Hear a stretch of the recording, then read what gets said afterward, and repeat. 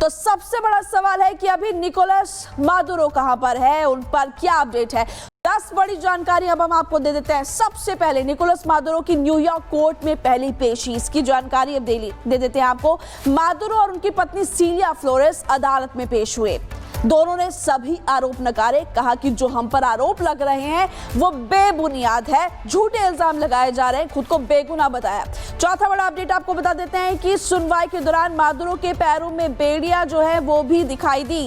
पांचवा update, Maduro और सीलिया एक साथ मेज पर बैठे हुए थे और तो और उन्होंने हेडफोन भी लगाया हुआ था। हेलीकॉप्टर से कोर्ट परिसर उनको लाया गया। ये छठा बड़ा अपडेट है। सातवां अपडेट आपको दे देते हैं, सीलिया फ्लोरेस की मेडिकल स्थिति पर भी दलील दी गई है और वकील ने स्वास्थ्य समस्याओं का हवाला दिया है। 9th अपडेट, पसली में फ्रैक्चर या गंभीर चोट की आशंका भी है। और 10th अपडेट, 10वां अपडेट ये है कि जज का आदेश, मादुरो 17 मार्च को फिर से पेश किए जाएंगे, लेकिन तब तक वो जेल में रहने वाले हैं। और ज्यादा जानकारी आपको रिपोर्ट के जरिए बताते हैं।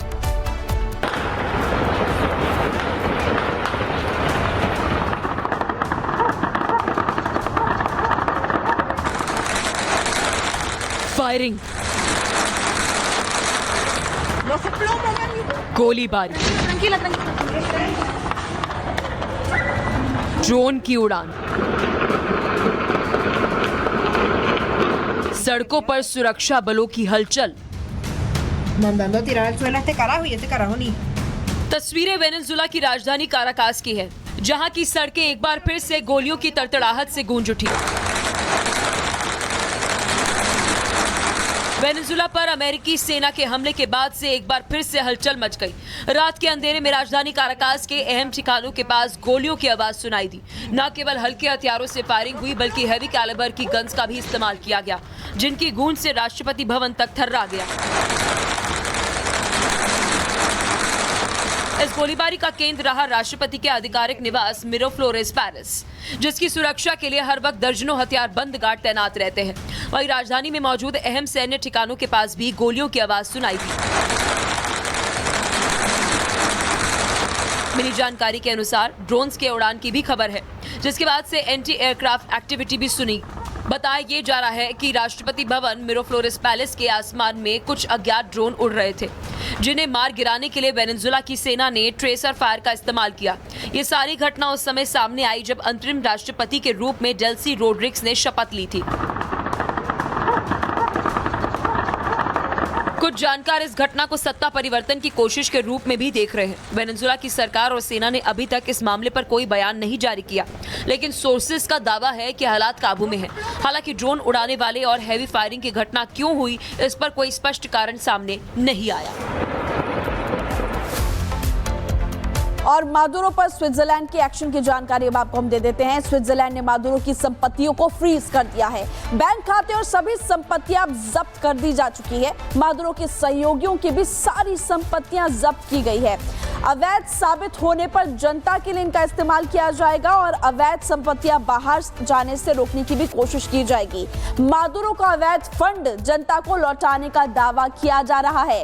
अमेरिका में गिरफ्तारी के बाद ये बड़ी कार्रवाई होगी। तो देखिए, एक तरफ ये बड़े एक्शन के बाद भी अमेरिका कह रहा है, लेकिन अब नए राष्ट्रपति ने भी सत्ता संभाल ली है, जो कि जिनका नाम राष्ट्रपति डेल्सी है और ये मादुरो की करीबी है। इससे जुड़ी हुई जानकारी इस रिपोर्ट में आप देख लीजिए।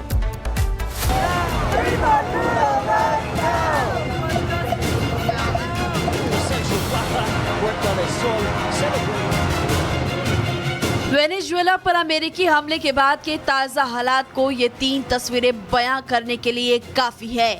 पहली तस्वीर, निकोलस मादुरो की अमेरिकी कोर्ट में पेशी की है। वहीं दूसरी तस्वीर उस समय की है जब मादुरो अमेरिकी कानून का सामना कर रहे थे। ठीक उसी वक्त उनके देश वेनेजुएला में उनकी पूर्व सहयोगी डेल्सी रोड्रिगेज नई राष्ट्रपति के रूप में शपथ ले रही थी।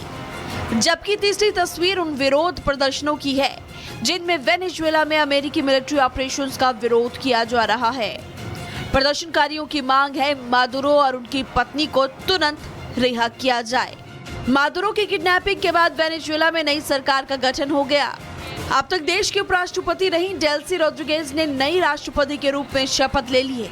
वेनेजुएला का ये कदम ट्रंप को चिढ़ाने के लिए काफी है, जिसने 24 घंटे पहले ही ये दावा किया था कि वेनेजुएला में होगा वही जो अमेरिका चाहेगा। Vengo con dolor por el secuestro de dos héroes que tenemos de rehenes en los Estados Unidos de Norteamérica, el presidente Nicolás Maduro y la primera combatiente, primera dama de este país, Cilia Flores. दरअसल Trump ने कहा था कि अमेरिकी कंपनियां अब Venezuela के कुओं को संभालेंगी, ठीक करेंगी और उनसे तेल निकाल कर बेचेंगी। डेल्सी रोड्रिगेज ने ट्रंप के इस दावे को सिरे से नकार दिया था। वहीं डेल्सी रोड्रिगेज ने अब वेनेजुएला की कमान संभाली है। माना जा रहा है कि ट्रंप अब एक बार फिर वेनेजुएला पर लगाम कसने के लिए कोई एक्शन ले सकते हैं। And the oil companies are ready to go. They're going to go in, they're going to rebuild the infrastructure. You know, we built it to start off with many years ago. They took it away. You can't do that. You can't do that with me. They did it with other presidents.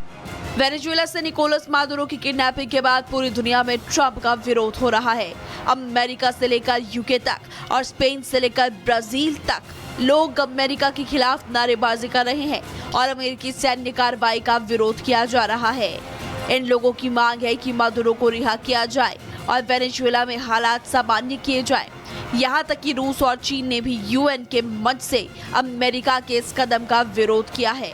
संयुक्त राष्ट्र सुरक्षा परिषद की बैठक में America को जबरदस्त विरोध का सामना करना पड़ा। कोलंबिया ने इसे वेनेजुएला की अखंडता और राजनीतिक स्वतंत्रता पर सीधा हमला बताया। वहीं रूस ने भी तीखे तेवर दिखाते हुए इसे अमेरिका का अक्षम्य अपराध करार दिया। रूस और चीन ने मांग की है कि अमेरिकी प्रशासन राष्ट्रपति निकोलस मादुरो और उनकी पत्नी को तुरंत रिहा करें। रूस के मुताबिक इस संकट का समाधान केवल कूटनीतिक बातचीत से नहीं निकल सकता है, लेकिन अमेरिका ने इस बार फिर से अपने इस कदम को सही बताया है। यूएन में अमेरिकी राजदूत माइक वॉल्स ने मादुरो की गिरफ्तारी और प्रत्यर्पण पर कहा, वेनेजुएला या उसके लोगों के खिलाफ कोई युद्ध नहीं है। हम किसी देश पर कब्जा नहीं कर रहे।